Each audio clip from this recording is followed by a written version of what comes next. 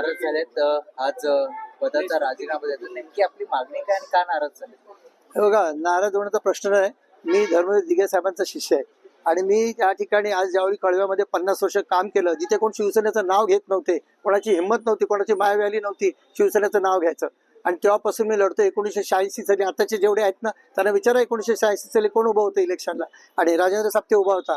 मी बाळासाहेबांना दिघे साहेबांचं नाव घेऊन तिकडे चालू केलं काम, आणि आजपर्यंत मी ते काम करतोय. आणि असं काम करत असताना आमच्यावरती हल्ले झाले, अत्याचार झाले. घरावरती माझा छोटा भाऊ आहे, त्याच्यावरती चॉपरचा वार होणार होता. ते बोलले नाही, त्याला दाढी आहे, तेव्हा मला बारीक दाढी आली होती. आणि अशा लोकांना तुम्ही आज सगळ्यांना जवळ केला, अख्खा तुम्ही गाव जवळ केला. आणि आम्ही जे निष्ठावंत शिवसैनिक, जे दिघे साहेबांचे कार्य होतो, यांना आमच्या त्या पदापासून वंचित ठेवायचं या लोकांनी काम केलं आणि आमच्यावर अन्याय झाला.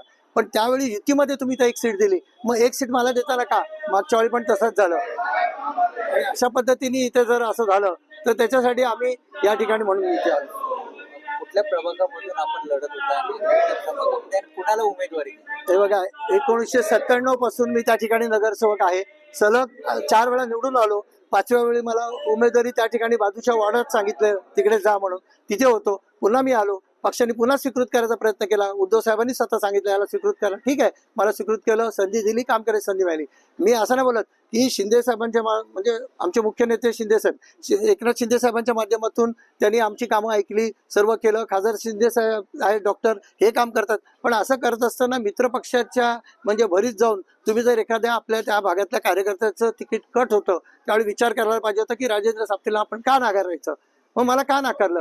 आणि मी त्या दिवसापर्यंत सकाळपर्यंत मला माहित होतं माझा एबी फॉर्म तयार आहे. मला निरोप आला, डॉक्टर साहेबांचा निरोप आला की या ठिकाणी तुम्ही जा आणि तुम्ही फॉर्म घेऊन या. एबी फॉर्म मला दिलेला होता.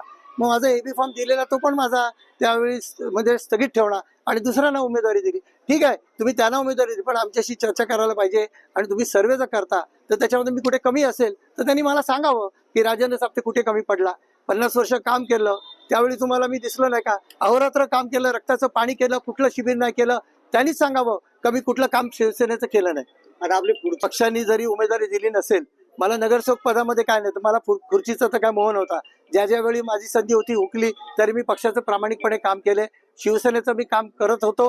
परंतु या ठिकाणी मला उमेदवारी नाही दिली. मी नगरसेवक नाही बनणार, पण मी जनसेवक तर बनू शकतो ना. माझ्या धर्मवीर दिघे साहेबांच्या माध्यमातून मी काम शिकलेलो आहे, त्यांच्या मुशीत मी तयार झालेलो आहे. त्याच्यामुळे मी या ठाण्यामध्ये धर्मवीर दिघे साहेबांचा वसा चालू ठेवणार आहे आणि मी काम करणार आहे.